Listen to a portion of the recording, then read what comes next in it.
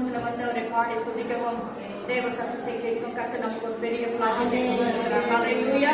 எத்தனையோ பேர் இல்லாத ஒரு ஸ்லாக்கியத்தை கர்த்தர் நமக்கு கொடுத்திருக்கிறார். ஆமென். ஹல்லேலூயா. இந்த காலவளையில கூட சிறிது நேரம் தியானிப்பதற்கு நாம் எடுத்துக்கொள்வோம். உபாகமம்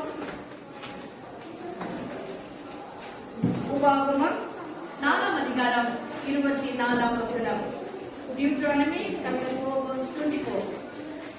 Hallelujah. ಧರ್ಮೋಪದೇಶಕಾಂಡ 4ನೇ ಅಧ್ಯಾಯ 4ನೇ ವಚನಕ್ಕೆ ಏಳನೇ ಪ್ರತಿದಂಡನೆ ಬರುವುದಾದರೆ ನೇಮಕವನ್ನು ಹೊಡೆಯುವವನಿಗೆ 77 ಇರುವುದಲ್ಲವೇ?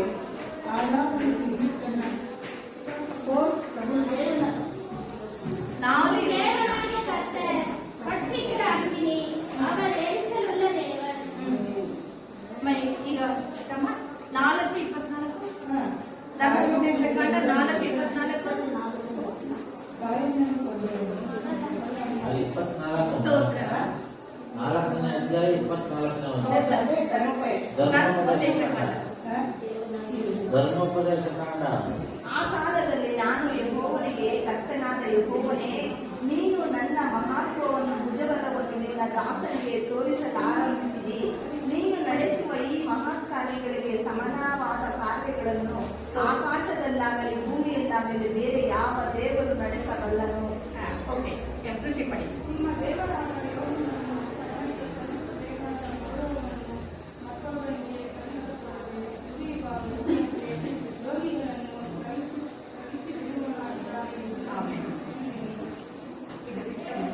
ಧರ್ಮೋಪದೇಶಕಾಂಡ 4ನೇ அத்தியாய 24ನೇ வசன.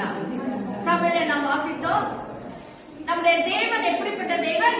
பட்சிக்கிற அக்கினியா இருக்கிறார், எரிச்சல் உள்ள தேவனா இருக்கிறார். ஹல்லேலூயா.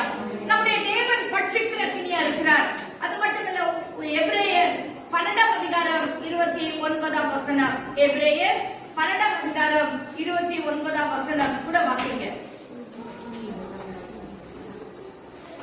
எபிரேயர் 12 அதிகாரம் நம்முடைய தேவன் பட்சிக்கிற அக்கினியா இருக்கிறாரே, கன்சியூமிங் ஃபயர். ஹல்லேலூயா. பட்சிக்கிற அக்கினி. நம்முடைய தேவன் எப்பேற்பட்டவர்? அவருக்கு அநேக நாமங்கள் இருந்தாலும் இந்த ஒரு நாமமும் அவருக்கு கொடுக்கப்படுகிறது. ஏனென்றால் நம்முடைய தேவன் பட்சிக்கிற அக்கினியா இருக்கிறார்.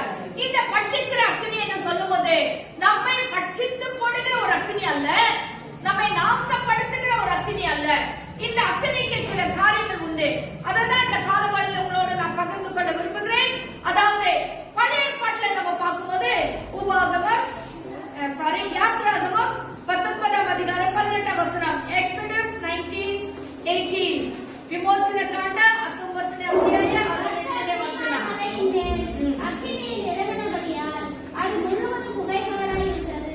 கர்த்தர் சீனாய் மலையின் மேல் அக்கினியில் இறங்கினபடினால். ஹல்லேலூயா. அப்போ சீனாய் மலையில யார் இருந்தது? மோசே இருந்தார். 40 நாள் உபவாசத்துல இருந்ததான அந்த சம்பவம். அப்ப கர்த்தர் சீனாய் மலையில இறங்கினபடினால் அந்த மாலை முழுவதும் எப்படி இருந்தது? புகை காடா இருந்தது. ஹல்லேலூயா. அப்போ இதுல நம்ம என்ன பார்க்கிறோம்னா, அக்கினி என்று சொன்னால் தேவனுடைய பிரசன்னம். ஹல்லேலூயா. தேவனுடைய மகிமை, கர்த்தருடைய பிரசன்னம் தான் அக்கினி. ஹல்லேலூயா. இந்த சீனாய் மலையில கர்த்தர் இறங்கினபடினால், அப்படினால் அவர் பிரசன்னம் ஆகினபடினால், அவர் வந்து இறங்கினபடினால் அந்த மலை முழுவதும் புகை காடாய் மாறினது. ஹல்லேலூயா. அப்போ இந்த அக்கினி வந்து நம்ம பட்சிக்கிறதல்ல. இந்த வசனத்துக்குள்ள பார்க்கும்போது அக்கினி என்று சொன்னால் தேவனுடைய பிரசன்னம். ஹல்லேலூயா. இன்னொரு வசனத்தை கூட வாசிங்க. யாத்திராகமம் 24:17. யாத்திராகமம் 24:17. மலை மேல் கொடுமுடியிலே கர்த்தருடைய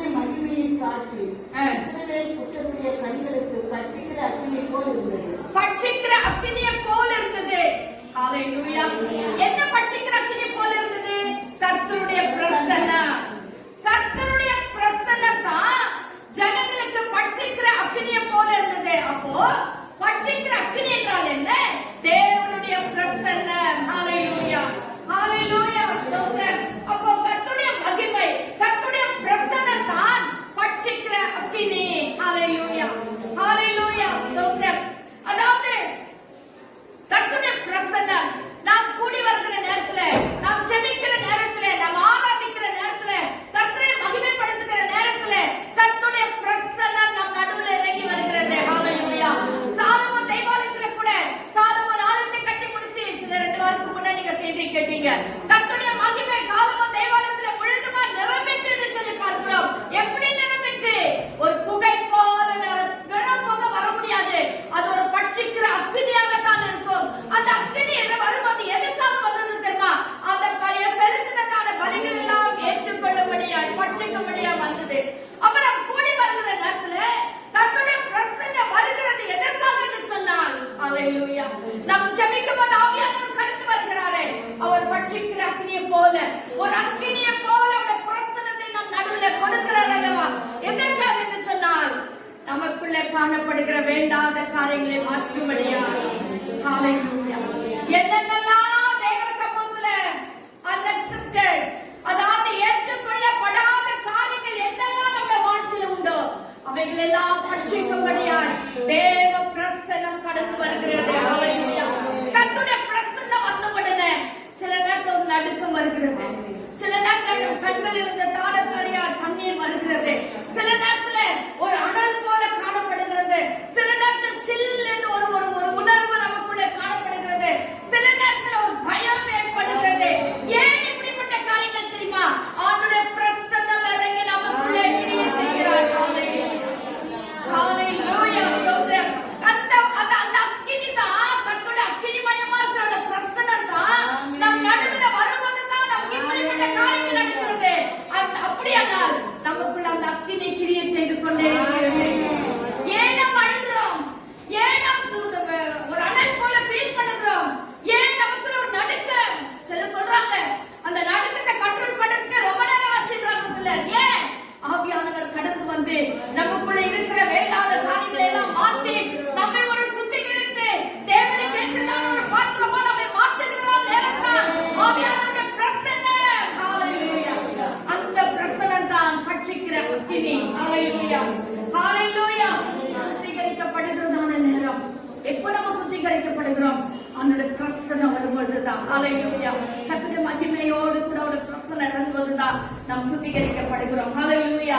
இரண்டாவதாக நாம் பார்க்கும்போது கர்த்தருடைய பிரசன்னம் மகிமை, அதாவது பட்சிக்கிற அக்கினி என்னன்னா கர்த்தருடைய வார்த்தை. கர்த்தருடைய வார்த்தை. ஹalleluya. வாசிங்க எரேமியாவின் புத்தகம் 23ஆம் அதிகாரம் 29ஆம் வசனம். எரேமியாவின் தீர்க்கதரிசன புத்தகம் 23:29. என் வார்த்தை அக்கினியை போலும் கர்மலையை நொறுக்கும் சமட்டியை போலும் இருக்கிறதல்லவோ. ஆமென். கர்த்தர் சொல்லுகிறார். என் வார்த்தை எப்படி இருக்கிறது? அக்கினியை போல இருக்கிறது அல்லவோ. ஹalleluya. கர்மலையை நொறுக்கும் சமட்டியா இருக்கிறது அல்லவோன்றாரு. ஹalleluya. கர்த்தருடைய வார்த்தை அக்கினியா இருக்கிறது. ஹalleluya. ஹalleluya. வாசிங்க சங்கீதம் 105:17-19 வசனம் வரைக்கும். சங்கீதங்களின் புத்தகம் 105ஆம் அதிகாரம் 17 வாசிங்க. அவர்களுக்கு முன்னாலே ஒரு புருஷனை அனுப்பினார். யோசேப்பின் சிறையில் விற்கப்பட்டார். அவன் கால்களை விலங்கு போட்டு ஒடுக்கினார்கள். அவன் பிராணன் இரும்பில் அடைபட்டிருந்தது. கர்த்தர் சொன்ன வார்த்தை நிறைவேறும் அல்லவோ.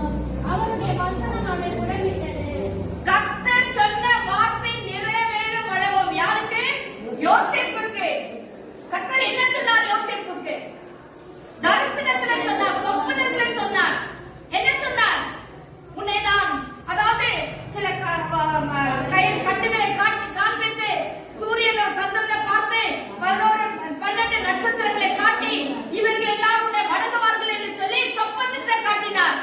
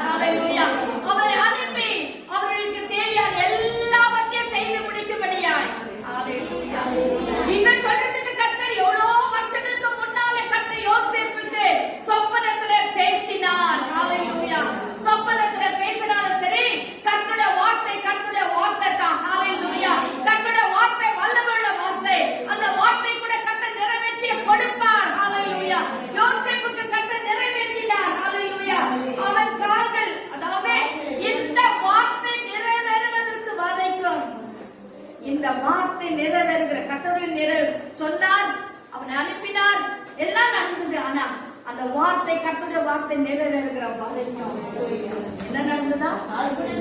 கால்களுக்கு விலங்கு போட்டு அவனை குடமிட்டான். சோ இந்த வார்த்தை அக்கினியா இருக்கிற இந்த வார்த்தை நம்மை குடமிடுகிறதா இருக்கிறது.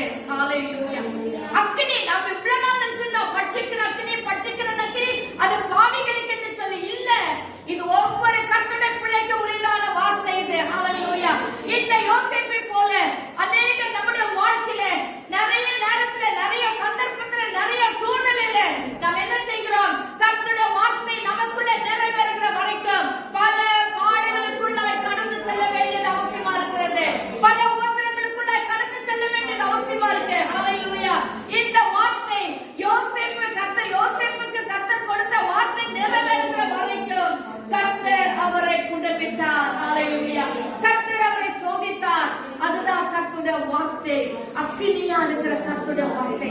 நிறைய நேரத்துல நம்முடைய வாழ்க்கையில கூட செய்திகளை கேட்டுக் கொண்டிருக்கும் பொழுது அந்த வார்த்தை நமக்குள்ளே கிரியை செய்ய ஆரம்பிக்கும். அந்த வார்த்தை கேட்கும் போதே நம்முடைய கண்களை நிறைய நேரத்துல நான் சந்தேகத்துல நான் அப்படி அழுதுருக்கிறேன். நிறைய நேரத்துல தாங்க முடியாத ஒரு சூழ்நிலை வரும், நிறைய நேரத்துல ஒரு நடுக்க வரும், நிறைய நேரத்துல அந்த வாசனை என்னடா இவ்வளவு நாள் நம்ம வசந்த படிச்சிருக்கோமே, இப்படி ஒரு அர்த்தம் நமக்கு தெரியலன்னு சொல்லி எனக்கு ஒரு சந்தோஷம், ஒரு புதுக்களிப்பு எனக்கு அந்த நேரத்துல காணப்படும். மறுமையான கர்த்தருடைய பிள்ளைகளே, இந்த வார்த்தை, கர்த்தருடைய வார்த்தை அக்கினியா இருக்கிறது, நம்மை குடமிடுகிற அக்கினியா இருக்கிறது. ஹalleluya. அடுத்ததா வாசிங்க.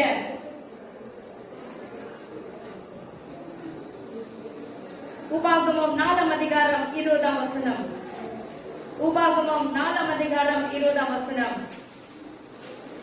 ನಿಮ್ಮನ್ನಾದರೂ ಯೆಹೋವನು ತನಗೆ ಸ್ವಕೀಯ ಜನರನ್ನಾಗಿ ಮಾಡಿಕೊಳ್ಳಬೇಕೆಂದು ಸಂಕಲ್ಪಿಸಿ ಕಬ್ಬಿಣವನ್ನು ಕರಗಿಸುವ ಕುಲುಮೆಯೋಪಾದಿಯಲ್ಲಿದ್ದ ಐಗುಪ್ತ ದೇಶದಿಂದ ತಪ್ಪಿಸಿದನು.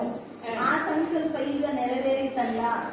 ಅದಲ್ಲದೆ ಯೆಹೋವನು ನಿಮ್ಮ ದೆಸೆಯಿಂದ ನನ್ನ ಮೇಲೆ ಕೋಪಗೊಂಡು ನಾನು ಯೊರ್ದನ್ ಹೊಳೆಯನ್ನು ದಾಟಿ ನಿಮ್ಮ ದೇವರಾದ ಯೆಹೋವನು ನಿಮಗೆ ಸ್ವದೇಶವಾಗುವುದಕ್ಕೆ ಕೊಡುವ ಆ ಒಳ್ಳೆಯ ದೇಶವನ್ನು ಸೇರದೆ ಇಲ್ಲಿಯೇ ಸಾಯಬೇಕೆಂದು ಖಂಡಿತವಾಗಿ ಹೇಳಿದನು. இந்நாளில் நீங்கள் இருக்கிறது போல நமக்கு சுதந்திரமான ஜனமாய் இருக்கும்படி கர்த்தர் உங்களை சேர்த்துக் கொண்டு உங்களை எகிப்து என்னும் இருப்பு காலவாயிலிருந்து புறப்பட பண்ணினார். இருப்பு கால்வாயிலிருந்து உங்களை என்ன பண்ணினார்? புறப்பட பண்ணினார். கர்த்தர் என்மேல் கோபம் கொண்டு நான் யோர்தானை கடந்து போவதில்லை. இங்கே நம்ம வசனத்துல இருந்து என்ன பார்க்கிறோம்னா, இந்த அக்கினியானது சில சூழ்நிலைகள், சில சந்தர்ப்பங்கள், சில கஷ்டமான நேரங்கள், சில தவிர்க்க முடியாத சில காரியங்கள், நம்முடைய வாழ்க்கையில யாருக்குமே வராத சில பிரச்சனைகள், ஹalleluya, யாருக்குமே இதுவரைக்கும் யாருக்குமே வரலப்பா, எனக்கு தான் இப்படிப்பட்ட பிரச்சனை, அப்படிப்பட்ட பிரச்சனைகள் வரும். ஹalleluya, கர்த்தருடைய பிள்ளைகளுக்கு வரும். கர்த்தர் சொல்றார், உன்னை நான் எங்கிருந்து புறப்பட்ட இஸ்ரவேல் ஜனங்களை சொல்றார், எகிப்தில் இருந்து இருப்பு கால்வாயிலிருந்து உன்னை நான் என்ன செய்தேன்? புறப்பட பண்ணினார். ஹalleluya. அப்படிப்பட்டதான இக்கட்டான சூழ்நிலையில நமக்கு இஸ்ரவேல் ஜனங்களை குறித்து நல்லா தெரியும். அவர்களுக்கு எப்படியா அடிமைகளா இருந்தார்கள். ஹalleluya. கர்த்தருடைய பிள்ளைகள் அடிமைகளா இருந்தார்கள். சாப்பிடுறதுக்கு சாப்பாடு இல்ல, எந்த ரெஸ்ட் இல்ல, வேலை செய்து இரவு பகலுமா செங்கல் அறுத்து கஷ்டப்பட்டார்கள். நமக்கு எல்லாம் தெரியும். அதாவது சட்டி பக்கத்துல என்ன கொமட்டி காயம், வெள்ளரி காயம் சாப்பிட்டு இருந்தோம். அந்த கறி பாத்திரத்துல இருந்து அது கொஞ்சம் இருந்ததை எடுத்து நாங்க சாப்பிட்டோம் என்று சொல்லி இங்க இஸ்ரவேல் ஜனங்கள் புலம்புகிற முறுமுறுக்கிறார்கள் கர்த்தரிடத்துல. அங்க இருந்த காலத்துல நாங்க அப்படியாவது இருந்திருப்போமே அப்படின்றாங்க. கர்த்தருடைய பிள்ளைங்க, அப்படிப்பட்டதான சூழலில் இருந்து கர்த்தர் நம்மை விடுவிக்கிற தேவனா இருக்கிறார். ஹalleluya. அதுதான் இந்த அக்கினி. எப்படி விடுவிக்கிறார்? சும்மா விடுவிக்கல, இருப்பு காயமா இருந்து. அதாவது தெரியுமா, அந்த ஃபர்னஸ், அதாவது நெருப்பு கொச்சினே இருக்கும், இரும்பு கொச்சினே இருக்கும். அப்படிப்பட்ட ஒரு சூழ்நிலையிலிருந்து கர்த்தர் நம்மை விடுதலையாக்கி இருக்கிறார். ஹalleluya, ஹalleluya, ஸ்தோத்திரம். வாசிங்க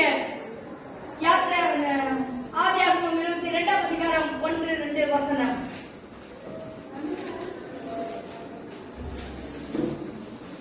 கர்த்தர் இந்த காரியங்கள் நடந்த பின்பு தேவன் ஆபிரகாமை சோதித்தார். எப்படி எனில் அவர் அவனை நோக்கி ஆபிரகாமே என்றார். அவன் மிகவும் அடியேன் என்றான். இருப்பு கால்வாயிலிருந்து கர்த்தர் சொன்னார். என்னது? உன்னுடைய ஒரே பேரகுமாரன் ஏக சுதனமா இருக்கு, அவனை என்ன செய்யணும்? நீ எனக்கு பலி செலுத்தணும். யாருக்காவது இந்த பிரச்சனை வந்துட்டா? வேதத்துல இந்த வரைக்கும் ஆபிரகாமுக்கு வந்த மாதிரி யாருக்குமே வரல. ஆமென். ஆனா கர்த்தர் அவரை சோதிக்கிறார். அந்த இருப்பு கால்வாய் வழியாக அத இருப்பு, அதாவது நெருப்பு, அவ்வளோ ஒரு இக்கட்டான ஒரு சூழ்நிலை, அதிலிருந்து கர்த்தர் அவரை சோதித்து எடுக்கிறார். எதுக்காக? சும்மா ஒரு கீழ்ப்படிறதுக்காக. எனக்கு எப்படி என் மகன் கீழ்ப்படுகிறான்னு பார்க்கறதுக்காக கர்த்தர் இவ்வளோ பெரிய ஒரு சோதனை கொடுக்கிறார். அருமையான கர்த்தரை பிள்ளைகளே, நம்முடைய வாழ்க்கையில கூட சில பிரச்சனை, சில சோதனைகள், சில குழப்படிகள் வரும்போது நம்ம என்ன செய்கிறோம்? சோர்ந்து போய் விடுகிறோம். இல்ல, அதை அனுப்புறது எதுக்காகனா, என் பிள்ளைகள் எப்படி நிற்கிறாங்க, எனக்கு உண்மையா இருக்கிறாங்களா, எனக்கு கீழ்ப்படிந்து இருக்கிறாங்களா, இன்னும் என்ன கனம் பண்ணிட்டு தான் இருக்காங்களா, இல்ல பிரச்சனை வந்ததுனால, சோதனை வந்ததுனால என்னை விட்டு விடுகிறாங்களா, என்னை இன்னும் அவமதிக்கிறாங்களா, என்னை கனவீனம் பண்ணுகிறாங்களா என்று பார்ப்பதற்காக, நம்மை சோதிப்பதற்காக கர்த்தர் சில காரியங்களை நம்ம வாழ்க்கையில அனுமதிக்கிறார். அதுதான் பட்சிக்கிற அக்கினி, அதுதான் பட்சிக்கிற அக்கினி. முதலாவது கர்த்தருடைய பிரசன்னம், இரண்டாவது வேத வசனம், மூன்றாவது அவருடைய அக்கினினா என்னன்னா நம்மை சோதிக்கப்படுகிறது, நம்மை புடமிடுகிறது. ஹalleluya. Testing, consuming fire. ஹalleluya. இந்த அக்கினி மூன்றாவது வாசிங்க, அதே அதிகாரத்துல 12 வசனத்தை வாசிங்க. அப்பொழுது அவன், பிள்ளையான கையை போடாதே, அவன் ஒன்றும் செய்யாதே, நீ அவனை உன் புத்திரன் என்றும் ஏக சுதன் என்றும் பாராமல் எனக்காக ஒப்புக்கொடுக்கப்படுகிறான். நீ தேவனுக்கு பயப்படுகிறேன் என்று, தேவனுக்கு பயப்படுகிறவன் என்று இதனால என்ன செய்தேன்? இப்பொழுது அறிந்து கொண்டேன். இதற்காக தான் கர்த்தர் சில காரியங்களை நம்ம வாழ்க்கையில அனுமதிக்கிறார். ஹalleluya. வேற எந்த நம்ம கஷ்டப்படணும் இல்ல, நம்மை சோதிக்கிறார். ஹalleluya. அடுத்ததா வாசிங்க, உபாகமம் 8ஆம் அதிகாரம் 2-3 வசனம்.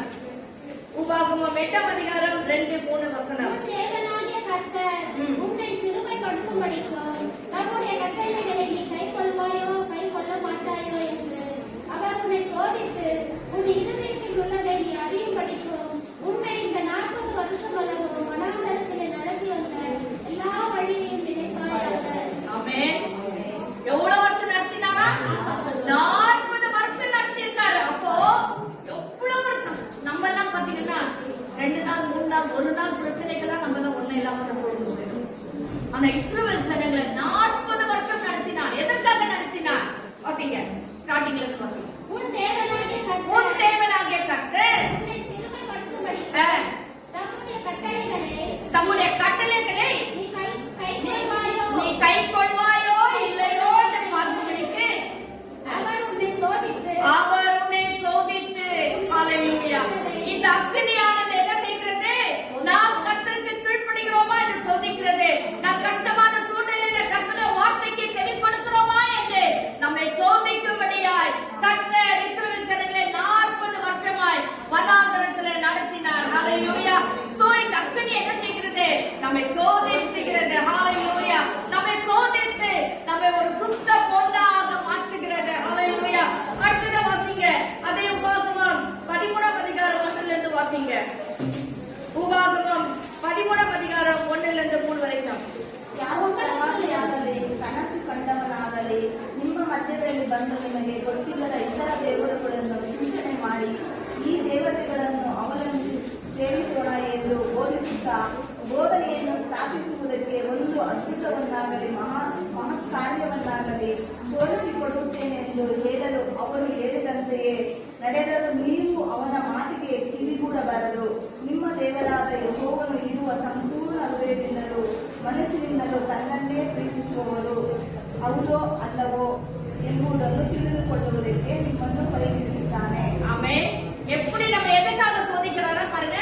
ஒரு தீர்க்கதரிசியோ இல்ல ஒரு ஊழியக்காரன் வந்து உன் சொப்பனக்காரனாகில வந்து நீங்கள் அறியாத வேற தேவர்களை உங்களுக்கு பின்பற்றி அவர்களை சேவிப்போம் வாருங்கள் என்று சொல்லி உங்களுக்கு ஒரு அடையாளத்தை ஒரு அற்புதத்தை காண்பிப்பேன் என்று குறிப்பாய் சொன்னாலும் ஆமென். ஹalleluya. உங்களுக்கு அற்புதம் நடக்குது, அடையாளம் நடக்குது, வாங்க அப்படின்னு சொல்லி உங்களுக்கு குறிப்பாய் உங்களுக்கு காட்டினாலும் சொன்னாலும் கூட நீங்கள் என்ன செய்யக்கூடாது? அவர்களை பின்பற்றக்கூடாது. ஹalleluya. ஹalleluya. இங்க அற்புதம் நடக்குது, அங்க அற்புதம் நடக்குதுன்னு சொல்லி ஓட வேண்டாம் தான் இதனுடைய அர்த்தம்.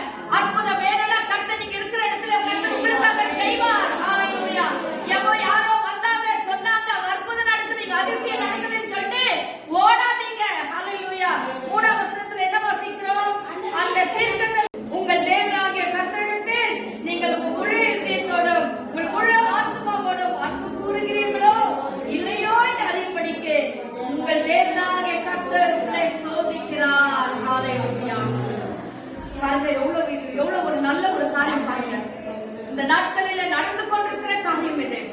ஆண்டு சொல்கிறார், ஓடாதீங்க, நான் உங்களை சோதிக்கும்படியா, நான் உங்களை சோதித்து பார்க்கிறேன். நீங்க என்ன முழு விருதத்தோட நீங்க எங்களை சேவிக்கிறீர்களோ ஆராதிக்கிறீர்கள் இல்லையோ பார்க்கும்படியா நான் உங்களை சோதிக்கிறேன் என்று சொல்கிறார். ஹல்லேலூயா.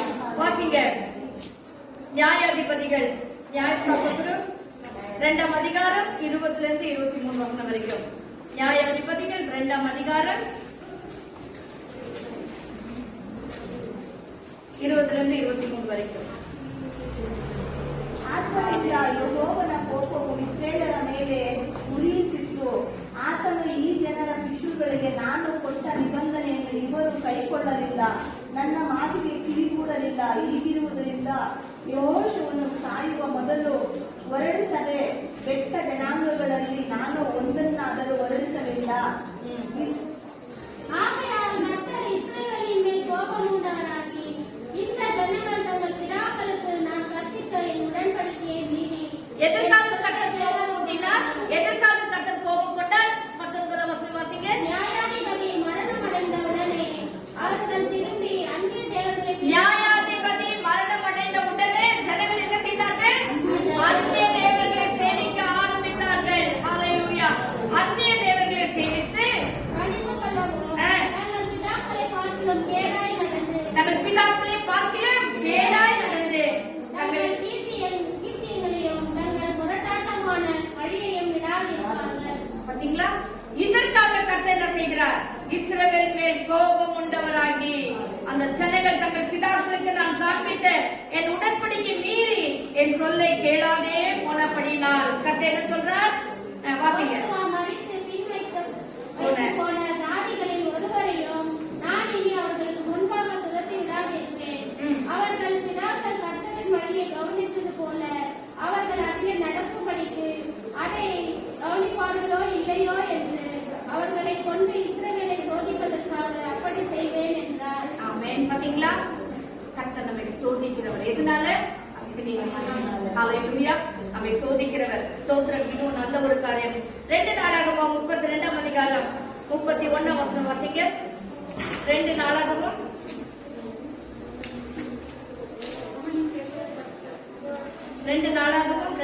32ஆம் அதிகாரம் 31 வசனம்.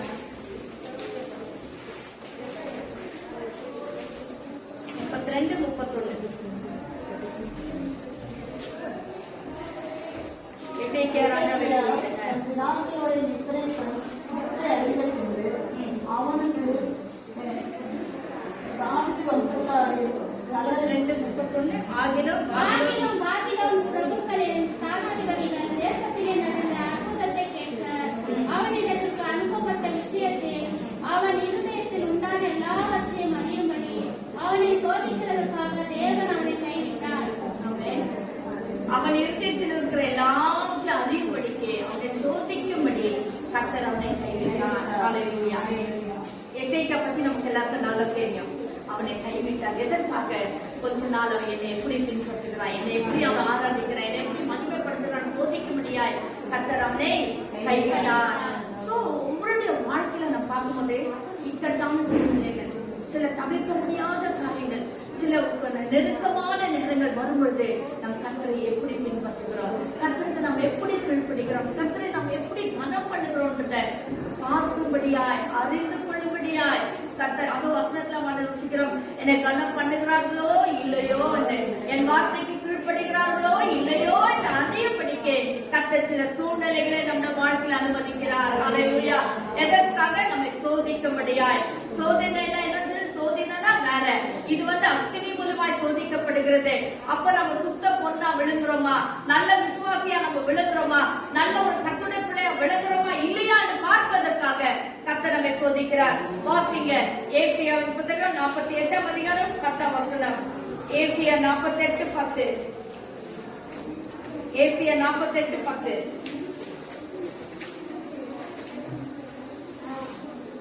இதோ உன்னை குறைவிட்டு ஆனாலும் வெள்ளியை போல அல்ல உபத்திரவத்தின் புகையிலே உன்னை தெரிந்து கொண்டேன். ஹல்லேலூயா.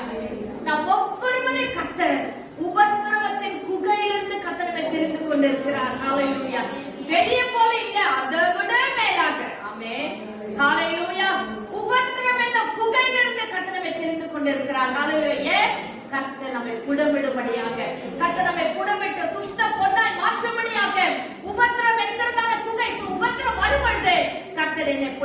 இருக்கிறார் என்று நாம் அறிந்து கொள்ள வேண்டும். அதுதான் இல்ல பசமா அப்படின்னு உபத்திரம் வரும்போது சோர்ந்து போயிடுறோம், உபத்திரம் வரும்போது துக்கப்படுகிறோம், உபத்திரப்படும்போது ஏன் ஆண்டவரே ஒரு பெரிய ஒரு கேள்விக்குரிய போட்டு உட்கார்ந்துக்கிறோமே. ஏன் நாம் அறிந்து கொள்ள வேண்டும். அவர் நம்மை குடமிடுகிறார் என்று அறிந்து கொள்ள வேண்டும். அவர் குடமிட்ட பிறகுதான் நாம் சுத்த பொன்னாய் விளங்க முடியும், சுத்த விசுவாசியாய் விளங்க முடியும், கீழ்ப்படுகிற பிள்ளையாய் விளங்க முடியும், கர்த்தருக்கு மகிமையுள்ள சாட்சியாய் விளங்க முடியும். அதனால் அவர் நம்மை குடமிடும்படியா நாம் விட்டு கொடுக்க வேண்டும். ஹல்லேலூயா.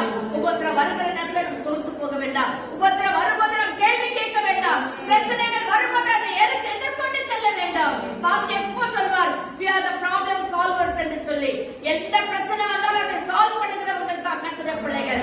அதனாலே கர்த்தருக்கு நாம் விட்டு கொடுக்க வேண்டும். வாசிங்க 1 பேதுரு 1ஆம் அதிகாரம் 7-8 வசனங்கள். 6-7 வசனம் வாசிங்க. 1 பேதுரு 1ஆம் அதிகாரம் 6-7 வசனங்கள். இதிலே நீங்கள் மிகவும் சந்தோஷப்படுகிறீர்கள் என்றாலும் துன்பப்பட வேண்டியது அவசியமானதால் இப்பொழுது கொஞ்ச காலம் பலவிதமான சோதனைகளினாலே துக்கப்படுகிறீர்கள். அழிந்து போகிற பொருள் அக்கினியினாலே சோதிக்கப்படும், அதை பார்க்கலும் அதிக விலையேற பெற்றதுமாய் இருக்கிற உங்கள் விசுவாசம் சோதிக்கப்பட்டு இயேசு கிறிஸ்து வெளிப்படும் போது உங்களுக்கு புகழ்ச்சியும் கனமும் அழிவும் ஹல்லேலூயா. ஹல்லேலூயா. அதாவது 6ஆம் வசனத்துல 2:6 என்ன வாசிக்கிறோம்? ஒன்னார். ஓகே. இதிலே நீங்கள் மிகவும் சந்தோஷப்படுகிறீர்கள் என்றாலும் என்ன இருக்கிறோம் அதுல ரொம்ப சந்தோஷப்படுறீங்க என்றாலும் துன்பப்பட வேண்டியது அவசியமானதால் ஒவ்வொரு கர்த்தருடைய பிள்ளைகளும் துன்பப்பட வேண்டியது அவசியம். ஹல்லேலூயா. துன்பப்படாவிட்டால் நம்மளுக்கான லோகோ நீங்க பாத்தீங்கன்னா நோ கிராஸ் நோ கிரவுன் போட்டுருக்கு. ஒரு கிராஸ் வந்தா தான் நமக்கு ஒரு கிரவுன் கிடைக்கும். ஒரு சிலுவையின் பாதை இருந்தா தான் நமக்கு கிரீட முடி சூட்டப்படுகிறதான ஒரு நேரம் கிடைக்கும். எனக்கு சிலுவையே வேண்டாம், உபத்திரமே வேண்டாம்னா, பிரச்சனையே வேண்டாம்னா நான் முடி சூட்டப்பட முடியாது. அப்போஸ்தலர் பவுல் சொல்கிறாரு, பேதுரு எழுதும்போது சொல்கிறார், நீங்கள் துன்பப்பட வேண்டியது அவசியமானதால் இப்பொழுது கொஞ்ச காலம் பலவிதமான சோதனைக்குள்ளாக என்ன செல்ல வேண்டும், கடந்து செல்ல வேண்டியது அவசியம். ஹல்லேலூயா. ஏன்னா நம்முடைய எதிர்காலம் ரொம்ப பெருசா இருக்கு. நமக்கு ஒரு முடி சூட்டு விழா ஒன்று காத்து கொண்டிருக்கிறது. எவ்வளவு? 1000 வருஷம். 1000 வருஷமா. ஹல்லேலூயா. கல்யாண விருந்துல கர்த்தர் நம்மை அலங்கரிப்பார். கல்யாண விருந்துல கர்த்தர் நம்மை முடி சூட்டுவார். நாம் செய்கிறதான ஒவ்வொரு நல்ல காரியங்களுக்கு கர்த்தர் பிரதிபலன்களை கொடுப்பார். நம்முடையதான ஆசீர்வாதங்களுக்கு நாம் படுகிற பாடுகளுக்கு தகுந்தாற் போல கர்த்தர் நம்மை முடி சூட்டுவார். ஹல்லேலூயா. எத்தனை ஆத்மாக்களை ஆதாயப்படுத்துறோமோ அதுக்கு ஏற்றாற் போல கர்த்தர் நல்ல கற்களால் நம்முடைய கிரீடங்களை அலங்கரிப்பார். ஹல்லேலூயா. அதற்காக அவர் என்ன சொல்றாரு, கொஞ்ச நாள் நீங்க கஷ்டப்படுங்க, கொஞ்ச நாள் நீங்க உபத்திரப்படுங்க, கொஞ்ச நாள் நீங்க வேதனைப்பட வேண்டியது அவசியமா இருக்கு, கொஞ்ச நாள் நீங்க கண்ணீர் விட வேண்டியது அவசியமா இருக்கு. ஏன்னா உங்களுடைய எதிர்காலம் பின்னால வாசிங்க. அழிந்து போகிற போல் அக்கினியினாலே சோதிக்கப்படும், அதை பார்க்கிலும் அதிக விலையேற பெற்றதுமாய் இருக்கிற உங்கள் விசுவாசம் சோதிக்கப்பட்டு இயேசு கிறிஸ்து வெளிப்படும் போது உங்களுக்கு புகழ்ச்சியும் கனமும் இயேசு கிறிஸ்து வெளிப்படும் போது நமக்கு என்ன இருக்கு? புகழ்ச்சியும் கனமும் மகிமையும் உண்டாக காணப்படும். ஹல்லேலூயா. எல்லாம் நமக்கு காத்துங்க காணப்படால் கொஞ்ச காலம் நீங்கள் அவஸ்தைப்பட வேண்டியது அவசியமா இருக்கு. கொஞ்ச நாள் உபத்திரக்குள்ளாய் கடந்து செல்ல வேண்டியது அவசியமா இருக்கு. கொஞ்ச நாள் அக்கினிக்குள்ளாய் கடந்து சென்று சோதிக்கப்பட வேண்டியது அவசியமா இருக்கு. சோதனை கூட யார் மூலமா வருகிறது? கர்த்தர் மூலமா வருகிறது. வேற யாரு நம்ம சோதிக்கப்படுகிற, அதாவது யாக்கோபுல வாசிக்கிறோம், அது கொல்லாமல் சோதிக்கப்படாத வேற.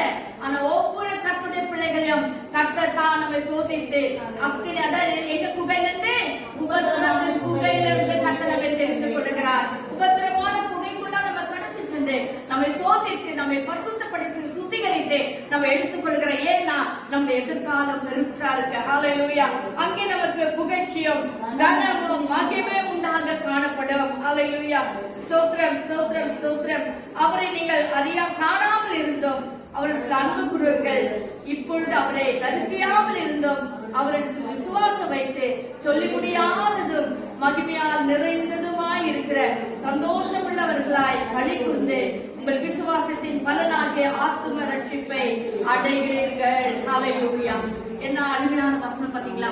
நம்ம இன்னும் தரிசிக்கல, நம்ம இன்னும் பார்க்கல, விசுவாசித்து வசனத்தை வாசிக்கிறோம். தரிசித்து நடக்கிறவர்களை பார்க்கல, விசுவாசித்து நடக்கிறவர்கள் பாக்கியவான்கள். நம்ம தான் பாக்கியவான்கள். நம்மள முன்பிதாக்கள் எல்லாம் அவங்களை பார்த்தாங்க, விசுவாசித்தாங்க. ஆனா தோமா கண்டோம் விசுவாசிக்கல. ஆனா நம்மளோ பார்க்காமலே, ஹalleluya, காணாமலே இந்த வசனங்களை விசுவாசித்து, வசனங்களை வாசித்து, நாம் விசுவாசித்து அவரை தரிசிக்கிறவர்களா இருக்கிறோம். நாம் பாக்கியவான்கள். கர்த்தர் நமக்கு அதிக பலனையும் மகிமையும் ஞானத்தையும் கர்த்தர் நமக்கு வைத்து காத்து கொண்டு இருக்கிறார். எப்பொழுது பிள்ளைகள் வருவார்கள், ஹalleluya. அவர் வரும்போது நாம் போகும்போது அவர் எழுந்து நின்று நம்மை வரவேற்பார். தேவான் அவ்வளவு உபத்திரத்துக்கு நடுவில் கூட கர்த்தரை தூஷிக்கல, கர்த்தரை அவன் கனம் பண்ணினான். கர்த்தருக்கு எந்த விதமான தூஷணமான வார்த்தைகள் அவன் பேசவே இல்லை. தேவான் எழுந்து நின்றார். தேவான் வரும்பொழுது ஆண்டவராகிய கர்த்தர் எழுந்து நின்றார் வசனத்துல வாசிக்கிறோம். அப்போ ஒவ்வொரு கர்த்தரின் பிள்ளைகளுக்கும் பேசுற வார்த்தை மாதிரி நமக்கு புகழ்ச்சியும் கனமும் மகிமையும் உண்டாகும். ஹalleluya. இதை கொடுப்பதற்காகத்தான் கர்த்தர் நம்மை பலவிதமான உபத்திரத்தின் வழியா நம்ம நடத்தி செல்கிறார். ஹalleluya. அடுத்ததான் நம்ம வாசிக்கும் போது இந்த அக்கினி எதுக்குன்னு சொன்னா நம்மை சோதிப்பதற்காக. வாசிங்க சங்கீதங்களின் புத்தகம் 7ஆம் அதிகாரம் 9ஆம் வசனம். சங்கீதம் 7ஆம் அதிகாரம் 9ஆம் வசனம். துன்மார்க்கனுடைய பொல்லாப்பை ஒழிய பண்ணும், நீதிமானை சிறைப்படுத்துவீராக. நீதியுள்ளவராய் இருக்கிற இருதயங்களையும் உள்ளங்களையும் சோதிக்கிறீர்கள். தேவரே நீதி உள்ளவராய் இருக்கிற தேவரே இருதயங்களையும் உள்ளத்தையும் சோதித்து அறிகிறதான தேவன். இந்த அக்கினி இந்த பட்சிக்கிற அக்கினி வந்த உடனே நம்முடைய உள்ளத்தையும் நம்முடைய இருதயத்தையும் சோதித்து அறிகிறது. நம்ம அப்படியே ஆராய்ச்சி பார்க்குது. ஹalleluya. எல்லாரும் மறைச்சிட்டா கூட நம்முடைய ஆண்டவரை நம்ம மறைக்கவே முடியாது. அவருடைய பிரசன்னத்துல வந்துட்டு அதுக்காக சொல்லுதுன்னா சர்ச்சைக்கு வந்துருங்க, அவருடைய பிரசன்னத்துல வந்துருங்க. ஹalleluya. இன்னும் நிறைய பேர் சர்ச்சில் இருந்தா கூட சரி கடினமா இருப்பாங்க. ஆவியானவர் சொல்லினே இருப்பாரு, ஆனாலும் கீழ்ப்படியவே மாட்டாங்க. அது ரொம்ப பயங்கரமான ஒரு சூழ்நிலை. அப்ப என்னன்னா கர்த்தருடைய வார்த்தைக்கு எதிர்த்து நிக்கிற மாதிரி ஆகும். கர்த்தர் எதிர்த்து நிக்கிறவர்களுக்கு அவர் என்ன, கர்த்தருடைய வார்த்தை கீழ்ப்படியாம இருக்கிறவங்களுக்கு அவர் எதிர்த்து நிற்கிறார். வசனத்துல என்ன அடிக்கடி கடிந்து கொள்ளப்பட்டு கடினப்படுத்துகிறவன் சகாயமில்லை கடிதையே நாசமடைவான். இன்னைக்கு கேட்டா நான் சர்ச்சை போன வந்திருப்பாங்க, ஆனா அவங்க கேரக்டர் மாறுறதே இல்லை, அவங்க சுபாவம் மாறுறதே இல்லை, அவருடைய குணாதிசயங்கள் மாறுறதே இல்லை. அதே வைராக்கியம், அதே கீழ்ப்படியாம, அதே கோபம். ஆனா சர்ச்சுக்கு போயிட்டு இந்த வசனத்தை கேட்டு என்னங்க லாபம்?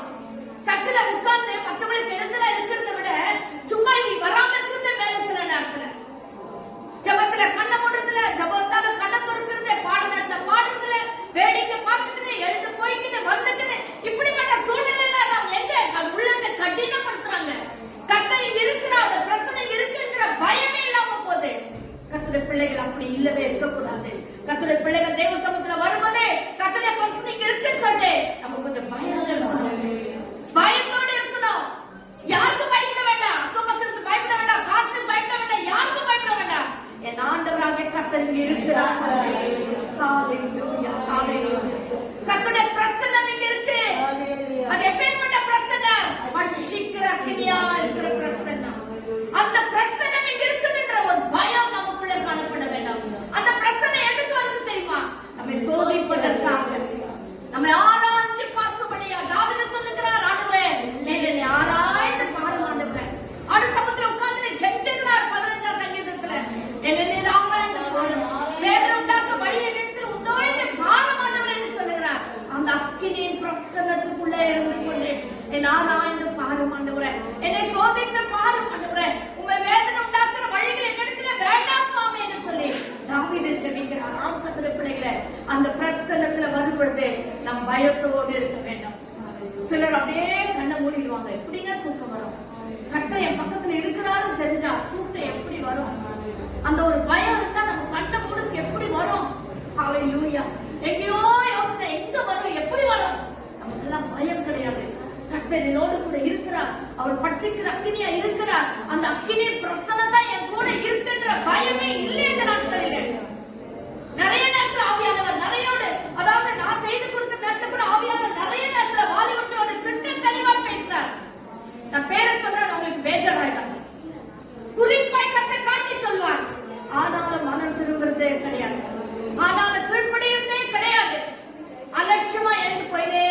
காப்பாத்தினியே. நோ, அது ரொம்ப தவறான ஒரு காரியம். கர்த்தருடைய வார்த்தைக்கு எப்ப நம்ம கீழ்ப்படியிலும் சட்டத்திலே ஏதாவது ஒரு காரியம் நடக்கும். ஜாக்கிரதையா இருக்க வேண்டும். அது யாரானாலும் சரி, நானானாலும் சரி, நானும் கீழ்ப்படியில கட்ட ஒரே போடுவார். ஹalleluya. வாசிங்க 1 கொரிந்தியர் 3ஆம் அதிகாரம் 13ஆம் வசனம். 1 கொரிந்தியர் 3ஆம் அதிகாரம் 13ஆம் வசனம். அக்கினியானது என்ன செய்கிறது? வாசிங்க. நமக்கு எல்லாம் தெரிந்ததான வசனம். 3ஆம் அதிகாரம் 13ஆம் வசனம். அவனவனுடைய வேலைப்பாடு வெளியாகும். அவனவனுடைய வேலைப்பாடு வெளியாகும் நாளானது அதை விளங்க பண்ணும். ஹalleluya. எப்படி விளங்க பண்ணும்? அவனவனுடைய வேலைப்பாடு. நாம் இந்த உலகத்துல செய்கிற ஒவ்வொரு வேலைகள், ஒவ்வொரு கிரியைகள், ஒவ்வொரு செயல்கள், நாம் எப்படி நம்முடைய வீட்டை கட்டி கொண்டிருக்கிறோம், நம்முடைய ஆத்மாவை எப்படி நாம் காப்பாற்றிக் கொண்டிருக்கிறோம், நம்முடைய ஆத்மா எப்படி கட்டப்பட்டு வருகிறது என்று ஒரு நாளில் வெளியாகும். ஹalleluya. எப்பொழுது வெளியாகும்? அக்கினியினால் சோதிக்கப்படும் பொழுது. ஹalleluya. அக்கினியினால் சோதிக்கப்படும் பொழுது. வாசிங்க அடுத்த வசனம். ஏனெனில் அது அக்கினியினாலே வெளிப்படுத்தப்படும். அவனவனுடைய வேலைப்பாடு எத்தன்மை உள்ளது அக்கினியானது பரிசோதிக்கும். நம்முடையதான வேலை எத்தன்மை உள்ளதென்று அக்கினியானது சோதிக்கும், பரிசோதிக்கும். சும்மா பார்த்துட்டு இது சொல்றதுல அக்கினியினால சோதிக்கப்படும். ஹalleluya.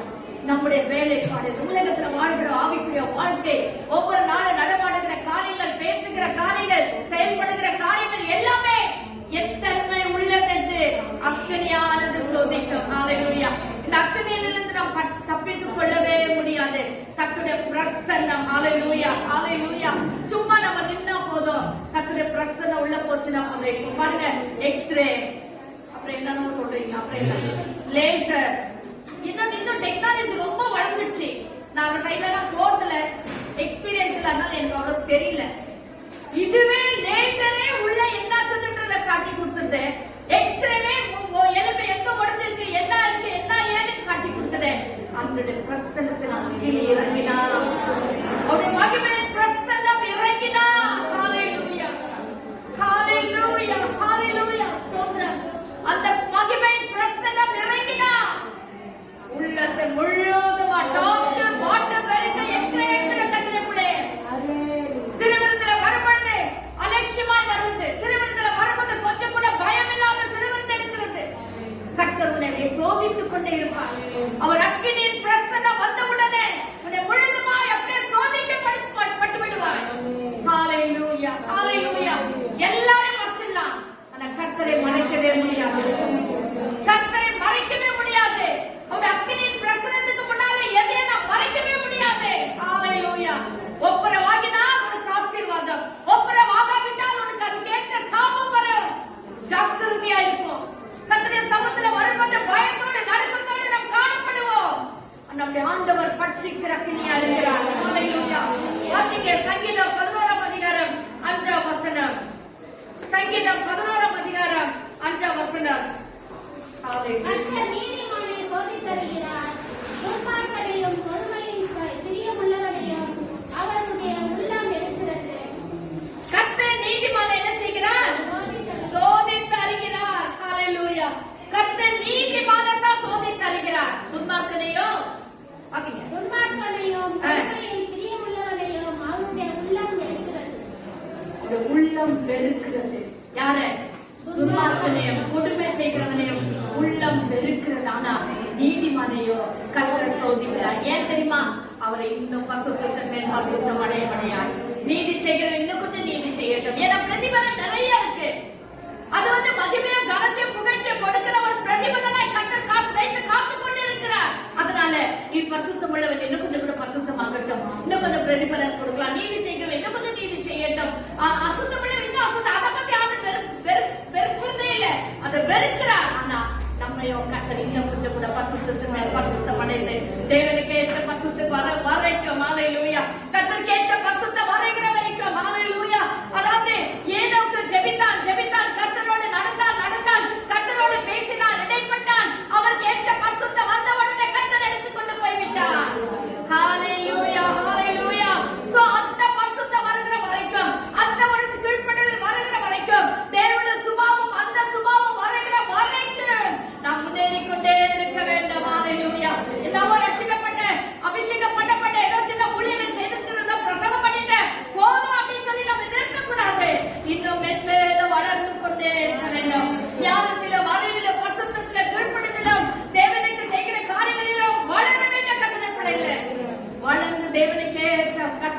வசனம் என்ன வாசிக்கிறோம்? அவர் பரிசுத்தரா இருக்கிறது போல அவர் நாங்களும் அவருக்கேற்ற பரிசுத்தரா இருக்கணும்னு சொல்லி வசனம் சொல்றேன். அவருக்கேற்ற பரிசுத்தவங்களாக நம் மாறுபடி கர்த்தர் நமக்கு இறக்க செய்யட்டும். வாசிங்க நீதிமொழிகள் 17 அதிகாரம் 3 வசனம்.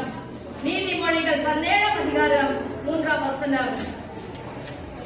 ஹalleluya ஹalleluya ஸ்தோத்திரம் ஸ்தோத்திரம் ஸ்தோத்திரம். ಬೆಳ್ಳಿ ಬಂಗಾರಗಳನ್ನು ಪುಟಮೊಡನೆಗಳು ಶೋಧಿಸುವವು, ಹೃದಯಗಳನ್ನು ಶೋಧಿಸುವವನು ಯೆಹೋವನೇ. ஹalleluya. பொன்னை குணமும் சோதிக்கும். இருதயங்களை சோதிக்கிறவரோ கர்த்தர். என்னவா? வெள்ளியும் பொன்னையும் பொன்னை குணமும் சோதிக்கும். சோதிக்கும். அது ரெண்டும் அதற்கு ஏற்றாற் போல சோதனை இருக்கும். ஆனா இருதயங்களை சோதிக்கிறவரோ கர்த்தர். நம்முடைய இருதயங்களை சோதிக்கிறவர் கர்த்தர். ஹalleluya. இந்த பட்சிக்கிற அக்கினியானது, அந்த அக்கினி இறங்கினவனுடைய பிரசன்னம் இறங்கின உடனே அதை நம்ம சோதிக்கிறோம். நிறைய நேரத்துல நம்ம சும்மா அப்படின்னு நினைச்சு பார்க்கலாம். நிறைய நேரத்துல நம்ம ஜபத்துல இருக்கும்போது ஆவியானவரே நம்முடைய குறைகள் காட்டி இருக்கிறாரா இல்லையா சொல்லுங்க. நம்ம என்ன செஞ்சோம்? அப்படின்னு சொல்லி விட்டுட்டோம். சில இடத்துல ஆனா சொல்லும் பொழுது நிறைய நேரத்துல கீழ்ப்படியில ஆவியானவர் நம்மோடு உணர்த்தினே இருப்பார், நம்மோடு பேசினே இருப்பாரு. நம்மளும் கீழ்ப்படியாம போய்விட்டோம். வேண்டாம் கர்த்தருடைய பிள்ளைகளே, நம்ம சோதி தருகிறவர் கர்த்தர். அவர் சோதனைக்கு முன்னால் நாம் தப்பித்துக் கொள்ளவே முடியாது. ஆண்டவர் சொல்லுவாரு, இந்த காரியங்கள் எல்லாம் வச்சு வச்சு கர்த்தர் நியாயத்திருப்பார். ஆண்டவருக்கு நான் சொன்னேன், நீ ஜெபத்தில் இருக்கும்போது எத்தனை முறை உனக்கு நான் பேசினேன், எத்தனை முறை உன்னோடு நான் இடைப்பட்டேன், நீயோ கீழ்ப்படியாமல் போனாயேன்னு சொல்லி கர்த்தர் கேட்பார். வாசிங்க கடைசியா ஒரு வசனம். 1 நாளாகமம் 29 அதிகாரம் 17 வசனம். 1 நாளாகமம் 29 அதிகாரம் 17 வசனம்.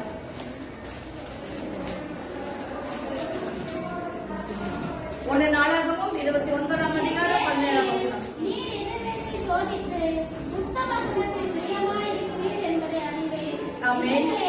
நான் உத்தம இருதயத்தோடு மனப்பூர்வமாய் கொடுத்தேன். இப்பொழுது இங்கே இருக்கிற உம்முடைய ஜனமும் உமக்கு மனப்பூர்வமாய் கொடுக்கிறதை கண்டு சந்தோஷித்தேன். ஆமென். என்ன சொல்றாரு?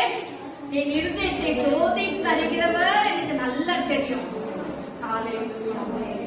பாருங்க, இங்க யார் சொல்றது? சாலமோனா? அவர் என்னன்றாரு? என் தேவனே, நீ இருதயத்தை சோதித்து உத்தம குணத்தில் பிரியமா இருக்கிறீர் என்பதை அறிவேன். அப்போ நம்முடைய இருதயத்தை ஆராய்ந்து பார்க்கிறாரு. உத்தம குணம், போன வாரம் பார்த்தது குணசாலியான ஸ்திரீ. குணம், உத்தம குணம். நீ எனக்கு அதுல பிரியப்படுகிறேன் எனக்கு தெரியும். அதனால நான் என்ன செய்தேன்? உத்தம இருதயத்தோடு மனப்பூர்வமாய் கொடுத்தேன். இவை எல்லாம் நான் உத்தம இருதயத்தோடு மனப்பூர்வமாய் கொடுத்தேன். ஏன்னா நீர் உத்தம குணத்தை பிரியமா இருக்கிறீர் என்று நீர் எனக்கு சோதிக்கிறீர், நீர் என்ன அறிகிறீர். ஆனப்படினால நான் கொடுத்ததும் உத்தம இருதயத்தோடு கொடுத்தேன். கர்த்தருக்கு ஏதாவது கொடுத்தா நம்ம எப்படி கொடுக்க வேண்டும்? உத்தம இருதயத்தோடு கொடுக்க வேண்டும். அலிலா சப்பிராளை போல கொஞ்சம் மஞ்சித்து வச்சுக்கின்னு கொஞ்சம் கொடுத்துட்டாங்க. எதை கொடுத்தாலும் உத்தம இருதயத்தோடு கொடுக்க வேண்டும். அவங்க செய்தது நான் தப்புன்னு சொல்லல. அவங்க செய்தது என்னன்னா, அதாவது தேவனுக்கு முன்னால் போய் சொன்னாங்க, இவ்வளவுதான் நாங்க விட்டோம் என்று சொன்னாங்க. அதுதான் பெரிய தப்பு. நீ உனக்கு வச்சுன்னு கொடுத்தா அது தப்பே கிடையாது. ஆமென். அதுதான் உனக்கு இல்லாத எல்லாத்தையும் கொடுத்துன்னு நான் சொல்லல. உனக்கு நீ வச்சுன்னு நீ கர்த்தருக்கு நீ 10 ரூபாய் கொடுக்குறியா, அதை உத்தம மனக்கசந்து கொடுக்காத. ஆண்டவர் அதுல பிரியப்படுறதே இல்லை. ஹalleluya. இவங்க கூட குடும்பத்துக்கு வேண்டாமா? அப்போ நிலத்தை வச்சா எல்லாரும் கொடுத்துணுமா? இல்ல, எல்லாம் ஆண்டவருக்கு கொடுக்குறாங்க. இவங்க வச்சுட்டு நான் நல்லதுதான். ஆனா அதை போய் சொன்னாங்க பாருங்க, இவ்வளவுதான் நாங்க விட்டோம் ஆண்டவரே கொடுத்தாங்க பாருங்க. அதுதான் தவறு. எதை செய்தாலும் உத்தம இருதயத்தோடு செய்.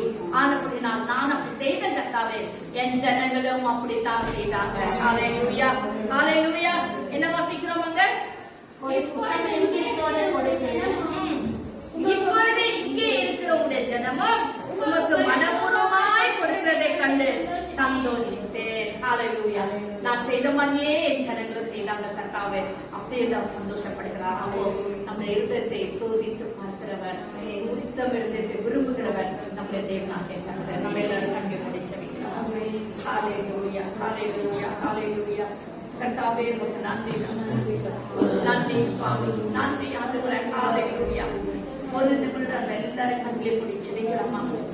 இந்த காலவெளியில நம்முடைய தேவன் பட்சிக்கிற அக்னியாய் இருக்கிறார். ஹalleluya. முதலாவது அங்க பட்சி அவருடைய அக்னி என்று சொன்ன அவருடைய பிரசன்னம், மகிமையின் பிரசன்னம். ஹalleluya. அவருடைய மகிமையின் பிரசன்னம் வந்தவுடனே அவர் அக்னியாய் நம் நடுவில் கடந்து வருகிறார். ஹalleluya.